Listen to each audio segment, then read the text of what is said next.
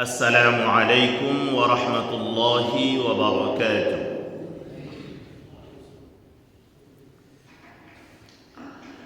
إن الحمد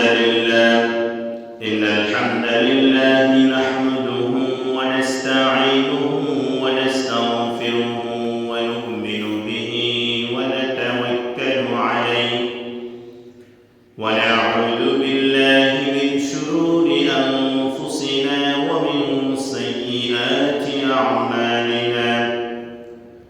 من يهده الله فلا مضل له ومن يضلل فلا هادي له، أي فلن تجد له وليا مرشدا.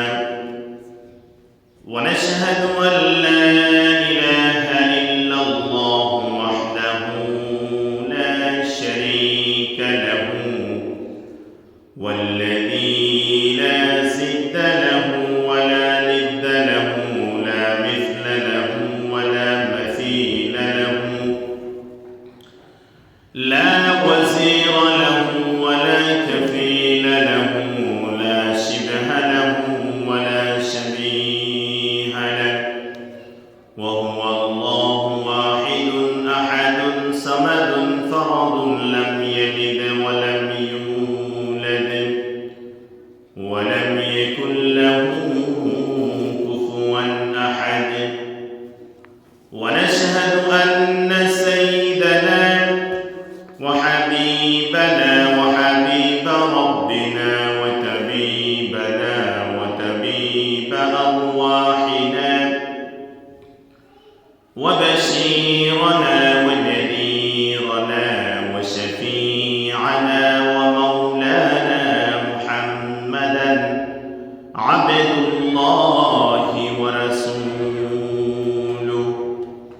أرسله الله تعالى بالحق بشيرا ونذيرا وداعيا إلى الله بإذنه وسراجا منيرا.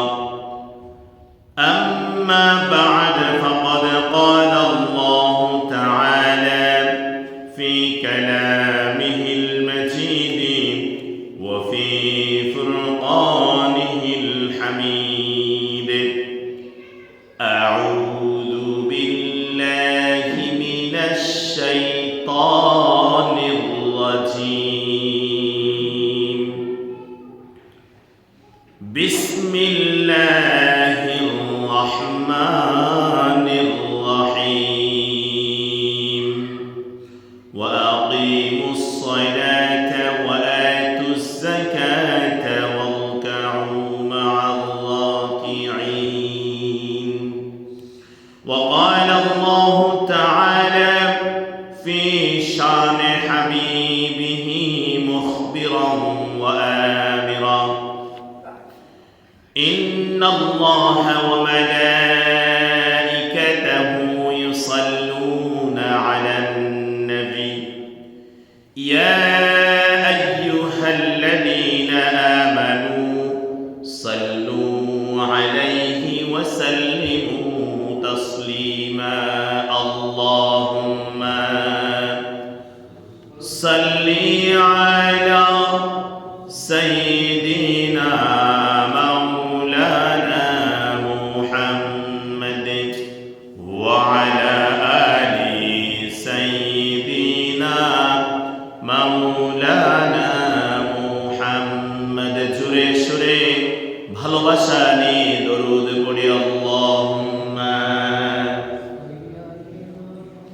সাল্লি আলা সাইয়্যিদিনা মাওলানা মুহাম্মদ ওয়া আলা আলি সাইয়্যিদিনা মাওলানা মুহাম্মদ। বালাগাল উলা বিকামালিহি কাশাফাত দুজা বিজামালিহি حسنت جميع وخصاله. صلوا عليه وآله بلغ بكماله كشف الدجى بجماله حسنت جميع وخصاله صلوا عليه وآله معراج پر پہنچے نبی ظاہر ہوئے راز خفی بولے ملائک سب یہی بلغ العلا بکمالہ بلغ العلا بکمالہ کشف الدجى بجمالہ حسنت جميع وخصاله صلوا عليه وآله پڑھ سبحان اللہ والحمد للہ لا الہ الا اللہ سبحان اللہ والحمد للہ لا الہ سبحان اللہ والحمد للہ لا الہ الا اللہ لا الہ الا اللہ لا الہ الا اللہ لا الہ الا اللہ মুহাম্মাদুর রাসূলুল্লাহ সকলে বলি সাল্লাল্লাহু আলাইহি ওয়াসাল্লাম আলহামদুলিল্লাহ সুম্মা আলহামদুলিল্লাহ ঐতিহ্যবাহী বাংলাদেশের চট্টগ্রামের লোহাগাড়া উপজেলার লোহাগাড়া সদর ইউনিয়ন উকিলারপাড়া জামে মসজিদ অত্র মসজিদে যে মহান রব্বুল ইজ্জত আহকামুল হাকিমিন পরওয়ারদিগার আলম রাজাদিরাজ সম্রাটের সম্রাট মহান রব শাহরুল আসাম রজব মাসের আজকে 11 তারিখ দ্বিতীয় জুমা 1444 হিজরি 3 ফেব্রুয়ারি 2023 ইংরেজি 20 মার্চ 1429 বাংলা মহামনিব আজকের এই গুরুত্বপূর্ণ দিবসে যিনি আমাদেরকে সুন্দর রেখে সুস্থ রেখে তার নৈকট্য হাসিলের জন্যে মসজিদে আসার সুযোগ করে দিয়েছেন সেই মহামনিবের দরবারে কৃতজ্ঞতার সুরে সকলে বলি আলহামদুলিল্লাহ। আমরা যারা আগে আগে এসেছি আর একটু সামনে চলে আসি, মনোযোগ সহকারে কথাগুলো শোনার জন্য চেষ্টা করি। আরেকবার সমস্বরে রবের শুকরিয়া আদায় করি আলহামদুলিল্লাহ। দরুদ প্রেরণ করছি বিশ্ব মানবতার মুক্তির দিশারি সৈয়দুল কওনাইন সুলতান দারাইন রহমাতুল লিল আলামিন, যিনি হেদায়েতের আলোকবর্তিকা নিয়ে অন্ধকারাচ্ছন্ন সমাজে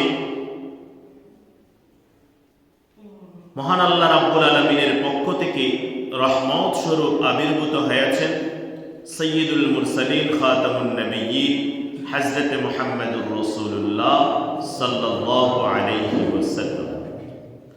আত্মার মাগফিরাত কামনা করছি সাইয়্যিদিনা আদম আলাইহিস সালাতু ওয়াস সালাম থেকে শুরু করে ঈসা রুহুল্লাহ পর্যন্ত পরবর্তীতে যত সাহাবীন তাবেঈন তবে তাবেঈন আইম্মায়ে মুজতাহিদিন খুলাফায়ে রাশিদিন যত হাফেজ কারি মুহাদ্দিস মুফাসসির পৃথিবী থেকে বিদায় নিয়েছেন, খাস করে এই উকিলার পাড়ার চতুর্পার্শ্বের যত মুরব্বীগণ আমাদের কাছ থেকে বিদায় নিয়েছেন, রাব্বুল আলামিন তাদের জীবনের ভুলগুলো ক্ষমা করে দিয়ে তাদেরকে জান্নাতের আলা মাকাম নসিব করুক। সকলে বলেন আমিন। প্রিয় উপস্থিত মুসল্লি সাহেবান, আমরা আমাদের ধারাবাহিক আলোচনার মধ্যে ছিলাম নামাজের গুরুত্ব, তাৎপর্য, হুকুম আহকাম, ফরজ ওয়াজিব সুন্নাহ এবং নামাজ ভাঙার কারণ, অর্থাৎ নামাজ সংক্রান্ত যে বিষয়গুলো রয়েছে সেগুলো নিয়ে আমরা আলোচনায় ছিলাম। সমসাময়িক বিভিন্ন আলোচনার দিকেও আমরা গিয়েছি। তো আগামীকাল যেহেতু আপনাদের এই উকিলারপাড়া সমাজ কল্যাণ পরিষদের উদ্যোগে বিশাল তাফসীরুল কোরআন মাহফিল অনুষ্ঠিত হবে ইনশাআল্লাহ। সেখানেও অনেক বড় বড় আলেম উলামাগণ মুফাসসিরগণ এসে উপস্থিত হবেন। আপনারাও তাদের মুখ থেকে কোরআন এবং হাদিসের সুন্দর আলোচনাগুলো শুনতে পারবেন। সুতরাং আজকে আমরা ধারাবাহিক আলোচনার অংশ হিসেবে যে আয়াত তেলাওয়াত করেছি, গত জুমায় একে আলোচনায় ছিলাম, তবে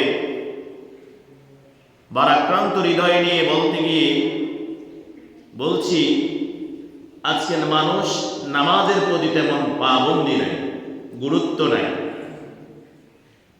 রাব্বুল আলামিন বলেন, ওয়াকিমুস সালাতা ওয়া আতুজ যাকাতা ওয়ারকাউ মা'আর রাকিঈন। তোমরা নামাজ আদায় করো এবং যাকাত দাও, যারা রুকু করে রুকুকারীদের সাথে রুকু করো। নামাজ কায়েম করো, ওয়াকিমুস সালাহ, এখানে নামাজ আদায় করা, আদাউস সালাহ, এখানে যে কায়েমের কথা বলা হয়েছে, প্রতিষ্ঠার কথা বলা হয়েছে, সেটা প্রথমে নিজের ভিতরে পরিপূর্ণভাবে ফরজ, ওয়াজিব, সুন্নাহ যথাযথভাবে আদায় করতে পারা, সেটা নিজের ভিতরে নামাজ প্রতিষ্ঠা করতে পারা। আর যে ব্যক্তি ফরজ, ওয়াজিব, সুন্নাহ যথাযথভাবে নিজে আদায় করতে পারল না, সেই ব্যক্তির ভিতরে প্রথমে ব্যক্তিগতভাবে নিজের উপরে নামাজ প্রতিষ্ঠা হয়নি।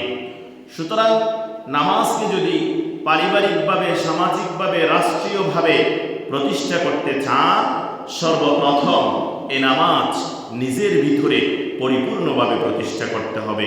রাব্বুল আলামিন আমাদেরকে এই নামাজের যথাযোগ্য ফরজ, ওয়াজিব, সুন্নাহ সকল শিক্ষাগুলো যথাযথভাবে জেনে পূর্ণভাবে নামাজ নিজের ভিতরে প্রতিষ্ঠা করার সর্বপ্রথম তৌফিক দান করুন। সকলে বলেন আমিন। প্রিয় উপস্থিত মুসল্লি সাহেবান, আমরা যেই মাসে এসে উপনীত হয়েছি, এটা হচ্ছে রজব মাস। এই রজব মাসে বিশ্বনবী সাল্লাল্লাহু আলাইহি ওয়াসাল্লাম আল্লাহ তাআলার আহ্বানে তার হাবিব মিরাজে গিয়েছিলেন। রজব 26 তারিখ দিবাগত রাত, 27 তারিখ বিশ্বনবী সাল্লাল্লাহু আলাইহি ওয়াসাল্লাম আল্লাহ রাব্বুল আলামিনের আহ্বানে তার কাছাকাছি একদম সামনাসামনি বসে কথা বলেছেন। সেই মিরাজ থেকে উম্মতদের জন্য উপহার স্বরূপ যে যে বিষয়গুলো নিয়ে এসেছেন, তার মধ্যে সর্বশ্রেষ্ঠ একটি উপহার হচ্ছে উম্মতদেরকে বাঁচানোর জন্য আল্লাহর ইবাদতের একটি মাধ্যম হিসেবে এই নামাজকে নিয়ে এসেছেন। সুবহানাল্লাহ। সুতরাং কোন বান্দা যদি নামাজ আদায় করে, বিশ্বনবী সাল্লাল্লাহু আলাইহি ওয়াসাল্লাম সশরীরে আল্লাহর কাছে গিয়ে দেখা করেছেন, এটা অনেক মতানক্য থাকলেও তিনি বিশ্বনবী আল্লাহর কাছে গিয়ে মিরাজ লাভ করেছেন, আল্লাহর সান্নিধ্য লাভ করেছেন। হাদিসে কারিমার মধ্যে এসেছেন, রাআইতু রাব্বি বিআইনি, আমি আমার এই চোখে আল্লাহকে দেখেছি। সুবহানাল্লাহ। বাইনি ওয়া বাইনাল্লাহি লা হিজাব, আমি এবং আল্লাহর মাঝখানে কোনো ধরনের পর্দা ছিল না। সুবহানাল্লাহ। আল্লাহ তাআলার দিদার লাভ করেছেন বিশ্বনবী হযরত মুহাম্মদুর রাসূলুল্লাহ সাল্লাল্লাহু আলাইহি ওয়াসাল্লাম মিরাজের রজনীতে।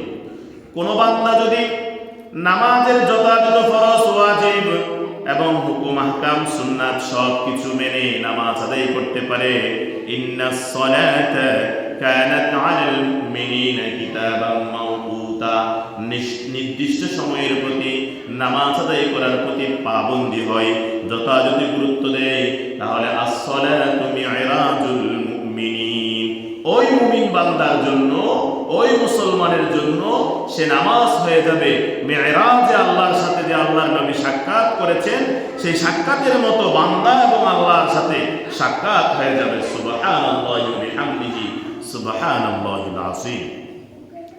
সুতরাং প্রিয় ভাইয়েরা আমার, বলছিলাম যে নামাজ, এই নামাজ ফরজ, ওয়াজিব, সুন্নাহ, নফল। সুন্নাতের মধ্যে সুন্নাতে মুআক্কাদা এবং গায়রে মুআক্কাদা, অন্তত পক্ষে আল্লাহর কাছ থেকে যদি বাঁচতে চান, আপনি ফরজ এটা যথাযথভাবে আপনার জীবনের মধ্যে 5 ওয়াক্ত নামাজ ফরজে আইন এটা অবশ্যই বাস্তবায়ন করতেই হবে। সুন্নাত ছেড়ে দিয়েছেন, নফল ছেড়ে দিয়েছেন, মাঝে মাঝে সুন্নাতে মুআক্কাদা গায়রে মুআক্কাদা ছেড়ে দিয়েছেন, এগুলো তাওবা করলে আল্লাহ তাআলা ক্ষমা করবেন।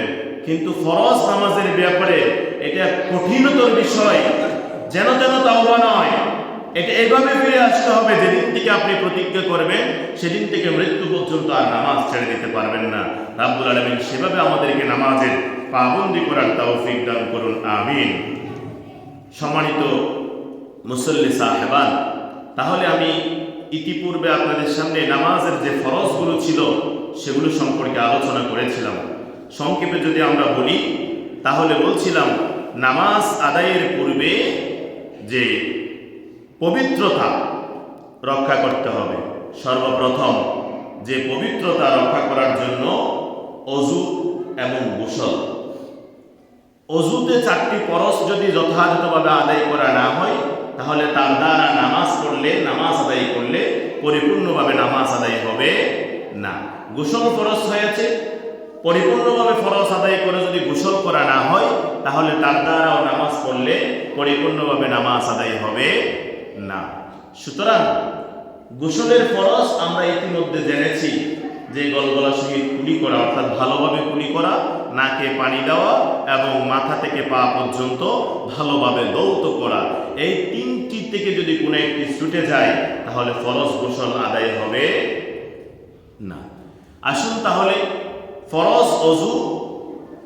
ইয়া আইয়ুহাল্লাযীনা আমানু ইযা কুমতুম ইলাস সালাতি হে মুমিন বান্দা, কেউ যদি নামাজে দাঁড়ানোর জন্য ইচ্ছা পোষণ করো, ফাগসিলু উজুহাকুম, তোমার মুখমণ্ডল ধুয়ে ফেলো, ওয়া আইদিয়াকুম ইলাল মারাফিকি, উভয় হাতের কনুই পর্যন্ত ধুয়ে ফেলো, ওয়ামসাহু বিরুসিকুম, মাথা মসেহ করো, ওয়া আরজুলাকুম ইলাল কাবাইন, উভয় পায়ের গোড়ালি পর্যন্ত দৌত করো। অন্যান্য বিষয়গুলো সুন্নাহ এবং নফল। তাহলে সেই হিসেবে ফরজ ওযুর জন্য ভালোভাবে মুখমণ্ডল দৌত করতে হবে, 2 হাতের কনুই পর্যন্ত দৌত করতে হবে, মাথা মাসেহ করতে হবে এবং পায়ের গোড়ালি পর্যন্ত ভালোভাবে দৌত করতে হবে। আসুন তাহলে এরপরে আপনি নামাজের জন্য প্রস্তুত হতে পারবেন। যদি পবিত্রতা অর্জন না করেন তাহলে আপনি নামাজের জন্য প্রস্তুতি গ্রহণ করতে পারবেন না। আসুন তাহলে নামাজের পবিত্রতার পরে এই পবিত্রতা এটা একটা ফরজ শর্ত, নামাজের বাহিরে যে ফরজগুলো আছে। তাহলে এখানের মধ্যে যে 7টি বিষয় আমি বলেছিলাম, শরীর পবিত্র থাকতে হবে, কাপড় পবিত্র থাকতে হবে, যে স্থানে নামাজ আদায় করছি ওই স্থানটা পবিত্র থাকতে হবে, এবং একজন পুরুষের জন্য নাভি থেকে হাঁটু পর্যন্ত, মহিলার জন্য পুরো অঙ্গ প্রত্যঙ্গ সতর ঢাকা থাকতে হবে, কেবলামুখী হতে হবে, ওয়াক্ত মতো নামাজ আদায় করতে হবে, এবং যে ওয়াক্তের নামাজ পড়ি ওই ওয়াক্তের নিয়ত মনে মনে করতে হবে। একটা হচ্ছে নিয়ত করা আর একটা হচ্ছে নিয়ত পড়া। নিয়ত পড়াটা তেমন আবশ্যক নয়, যেমন নাওয়াইতু আন উসাল্লিয়া লিল্লাহি তাআলা রাকাআতি সালাতিল ফজর, সুন্নাত রাসূলিল্লাহি তাআলা মুতাওয়াজ্জিহান ইলা জিহাতিল কাবাতিশ শরীফাতি, আল্লাহু আকবার। আপনি টেনে টেনে এত লম্বা করে নিয়ত করবেন, দেখা যাচ্ছে ওদিকে সূর্য উদয় হয়ে যাচ্ছে। এখন আপনি এই নিয়ত পড়াটা আপনার জন্য তেমনটা আবশ্যক নয়, কিন্তু আপনার ফজরের নামাজের 2 রাকাত সুন্নাত আদায় করছে, আল্লাহু আকবার, এই তাকবীরে তাহরিমা বলাটা ফরজ। আল্লাহু আকবার আপনি যখন ওযু করছেন তখন তো ফজরের নামাজের জন্য উঠে গিয়েছেন, মনে মনে নিয়ত হয়ে গিয়েছে, যাই নামাজে দাঁড়িয়েছেন, ফজরের নামাজের জন্য দাঁড়িয়েছেন, মনে মনে নিয়ত হয়ে গিয়েছে। শুধুমাত্র আপনার উপরে ফরজ হচ্ছে আল্লাহু আকবার তাকবীর বলে নামাজ শুরু করে দেওয়া। ওমিয়া যদি সূর্য উঠে যায় তখন তো আর আপনার ফজরের নামাজ আদায় করতে পারবেন না। সুতরাং 3টা সময় নামাজ পড়া হারাম। কয়টা সময়ে কথা বলেন? কয়টা সময়ে নামাজ পড়া হারাম আমরা সকলে জানি, এরপরেও যারা জানি না তারা জেনে নি, যারা জানি তারা স্মরণ করি। তাহলে খেয়াল করুন, কয়টা সময়ে নামাজ পড়া হারাম? সূর্য উদিত হওয়ার সময়। সূর্য ঠিক মাথার উপরে মাঝখানে যখন আসে, আপনার ছায়া যখন আপনার পায়ের নিচে পড়ে, তখনও নামাজ পড়া যাবে না। এবং সূর্য যখন ডুবা শুরু করে ডুবে যাওয়া পর্যন্ত, অস্তমিত যখন হয় ডুবতে শুরু করে ডুবে যাওয়া পর্যন্ত নামাজ পড়া যাবে না। তাহলে আসুন, ফজরের নামাজ সূর্য উদয় হওয়ার পূর্বেই আপনাকে আদায় করে ফেলতে হবে। আর না হয় ইন্নাস সালাতা কানাত আলাল মুমিনিনা কিতাবাম মাওকুতা, এই আয়াতের যথাযথ হুকুম আদায় হবে না। অনেক মানুষ দেখা যায় ঘুম থেকে উঠে 7টা 8টা 9টায়, তখন অনেক এটা একটা ফ্যাশন হয়ে গেছে ফজরের নামাজ আদায় করে কাজা নামাজ। স্মরণ রাখুন, ফজরের যে কাজা নামাজ আপনি আদায় করছেন, কোন মুহাদ্দিস, কোন মুফাসসির, কোন মুফতি আপনাকে এই নির্দিষ্ট সময়ের পরে যে কাজায় নামাজ আদায় করছেন এটা আদায় হয়েছে বলে ফতোয়া দিতে পারবে না। এতে তাওবা কাফারা স্বরূপ, ওরে আল্লাহ আমি তো ভুল করে ফেলেছি, ঘুমিয়েছিলাম, ফজরের সময় কাজা হয়ে গিয়েছে, আপনি জায়েজ নামাজ বিছিয়ে তাওবা করা শুরু করে দিয়েছেন, তখন আপনি কাজা স্বরূপ আদায় করে এটা আল্লাহর কাছে দিয়েছেন। আল্লাহর কাছে আপনার তাওবা কবুল হলে আদায় হয়েছে, আর যদি তাওবা কবুল না হয় ফজরের নামাজের কাজাও আদায় হয় না। সুতরাং আমাদেরকে খেয়াল করতে হবে, ইন্নাস সালাতা কানাত আলাল মুমিনিনা কিতাবাম মাওকুতা, নির্দিষ্ট সময়ে নামাজ আদায় করা প্রত্যেকটা মুমিনদের উপরে ফরজ ফরজ ফরজ। সারাদিন অফিস করেছেন, চাকরি করেছেন, রাত্রে এসে এশারের সময় 5 ওয়াক্ত নামাজ আদায় করেছেন, এটা হবে না। আসুন তাহলে, যে ফরজ নামাজ আদায়ের জন্য নামাজের তাকবীরে তাহরিমা বলার পূর্বে আপনাকে 7টি রুকন আদায় করতে হবে। সেই 7টি রুকনের মধ্যে সর্বপ্রথম হচ্ছে মনে মনে নিয়ত করা, ইন্নামাল আমালু বিন্নিয়াত। একজন মুমিনের প্রত্যেকটা কাজ নির্ভর করে তার নিয়তের উপর। তাহলে দ্বিতীয় বিষয় হচ্ছে ওয়া ইন কুনতুম জুনুবান ফাত্তাহারু, যেটা প্রথম বলছিলাম যে পবিত্রতা অর্জন করা। তারপরে ওয়াসিয়াবাকা ফাতাহির, পবিত্র কাপড় পরতে হবে। এরপরে সালাতের জায়গা, নামাজের জায়গা, যে জায়গায় আপনি নামাজ আদায় করবেন ওই জায়গা পবিত্র হতে হবে। রাব্বুল আলামিন বিশ্বনবীর মর্যাদা বর্ণনা করতে গিয়ে ওয়াজুইলাত লিয়াল আরদু কুল্লাহা মাসজিদান ওয়া তাহুরা, আমরা যারা বিশ্বনবীর উম্মত হয়েছি আমাদের জন্য খেত খামার আইলের ফাল পুরো পৃথিবী সবখানে নামাজের জন্য পবিত্র করে দেওয়া হয়েছে। সুবহানাল্লাহ। শুধু যে জায়গায় মলমূত্র ত্যাগ করা হয়, টয়লেট, প্রস্রাবখানা, মলমূত্র দেখা যাচ্ছে এরকম জায়গা, অথবা কবর, আপনার আলাদা জায়গা আছে, তখন আপনি কবরের স্থানে নামাজ আদায় করা এটা আপনার জন্য জায়েজ হবে না। নাপাক জায়গায় কবরস্থান ছাড়া আপনি টয়লেটে, প্রস্রাবখানায় সেটা তো নামাজ পড়াই যাবে না। এই দুইটা জায়গা ছাড়া পুরা পৃথিবীর সবখানে আপনি কি করতে পারবেন? নামাজ আদায় করতে পারবেন। আসুন তাহলে, যে 7টি বিষয় রুকন আমাদেরকে নামাজ শুরু করার আগে ফরজ হিসেবে ধরে নিতে হবে। 1 নাম্বার হচ্ছে নিয়ত করতে হবে, তারপরে শরীর পবিত্র আছে কিনা সেটা, কাপড় পবিত্র আছে কিনা, নামাজের জায়গা পবিত্র হওয়া, এরপরে সতর রাখা, তারপরে কিবলামুখী হয়ে দাঁড়ানো। ফাওয়াল্লি ওয়াজহাকা শাতরাল মসজিদিল হারাম, কিবলা থেকে সিনা ঘুরে গেলে, মুখ ঘুরে গেলে আপনার নামাজ ভেঙে যাবে। এরপরে যে আয়াতের কথা বলছিলাম, নির্ধারিত সময়ের মধ্যে ওয়াক্তের ভিতরে আপনাকে নামাজ আদায় করা, এটাও নামাজের অন্যতম রুকন। আসুন তাহলে, নামাজের ভিতরে যে 6টি রুকন, সেটা সর্বপ্রথম আপনাকে তাকবীরে তাহরিমা আদায় করতে হবে। আল্লাহু আকবার, আল্লাহ সবচেয়ে মহান, সেটা আপনাকে আরবিতে উচ্চারণ করে নামাজ শুরু করতে হবে। ওয়া রাব্বাকা ফাকাব্বির। এরপরে দ্বিতীয় প্রকার হচ্ছে ওজরবিহীন মানুষের জন্য, সুস্থ মানুষের জন্য ওয়া কুমু লিল্লাহি কানিতিন, দাঁড়িয়ে দাঁড়িয়ে, কিয়াম অবস্থায় দাঁড়িয়ে দাঁড়িয়ে নামাজ আদায় করতে হবে। এবং এরপরের ফরজ হচ্ছে ফাকরাউ মা তায়াসসারা মিনাল কুরআন, কোরআনের যে অংশ আপনার জন্য সহজ সেটা আপনাকে নামাজের ভিতরে সূরা ফাতিহার পর পরেই আপনাকে তিলাওয়াত করতে হবে। এই সূরা ফাতিহার পরে কেরাত মেলানো সেটা ওয়াজিব, সেটা আসতেছে। তবে কোরআনের যে অংশ আপনার সহজ, অবশ্যই কেরাত আপনাকে পড়তে হবে। ফাকরাউ মা তায়াসসারা মিনাল কোরআন। এরপরে রুকু করা এটা একটা ফরজ, সাজদা করা আরেকটা ফরজ, তাশাহুদ তথা সাক্ষ্যবাণী পাঠ করা সেটা আরেকটা ফরজ। তাহলে নামাজের ভিতরে আমরা পেয়েছি 6টা। তাকবীরে তাহরিমা বলা, এরপরে কিয়াম করা, দাঁড়িয়ে নামাজ পড়া, এরপরে কিরাত পাঠ করা যে অংশটুকু আপনার জন্য সহজ। 4র্থ নাম্বার হচ্ছে রুকু করা, সিজদা করা, তাশাহুদ পাঠ করা। কোনো ব্যক্তি যদি নামাজ আদায় করতে গিয়ে নামাজের ভিতরে এই 6টি অংশ থেকে 6টি প্রকার থেকে যে কোনো একটি প্রকার বাদ পড়ে যাবে, তার নামাজ পুনরায় আবার আদায় করতে হবে। তাকবীরে তাহরিমা অথবা সুস্থ ব্যক্তি দাঁড়িয়ে নামাজ পড়ে নেয়, অথবা কিরাত পাঠ করে নেয়, অথবা রুকু বাদ গিয়েছে, সিজদা বাদ গিয়েছে, অথবা তাশাহুদ করে নেয়। এই 6টি থেকে যে কোনো একটি বাদ যাইলে পুনরায় আবার নামাজ আদায় করতে হবে। আসুন তাহলে এরপরে জেনে নিই আমরা ওয়াজিব সমূহ। আমি এক কথায় আপনাদেরকে যেভাবে ফুরকানিয়া মাদ্রাসায় পড়েছিলেন ঠিক সেভাবে আমি ওয়াজিবগুলো তুলে ধরেছিলাম। আসুন আমরা প্রথমে সেভাবে জেনে নিই, এরপরে সময় যেহেতু সংক্ষিপ্ত ব্যাখ্যার দিকে যাওয়া যাবে না। তাহলে নামাজের যে ওয়াজিবগুলো আদায় করতে হবে, সূরা ফাতিহা পুরা পড়া, সূরা ফাতিহার সাথে অন্য একটি সূরা মিলানো, রুকু সিজদায় দেরি করা।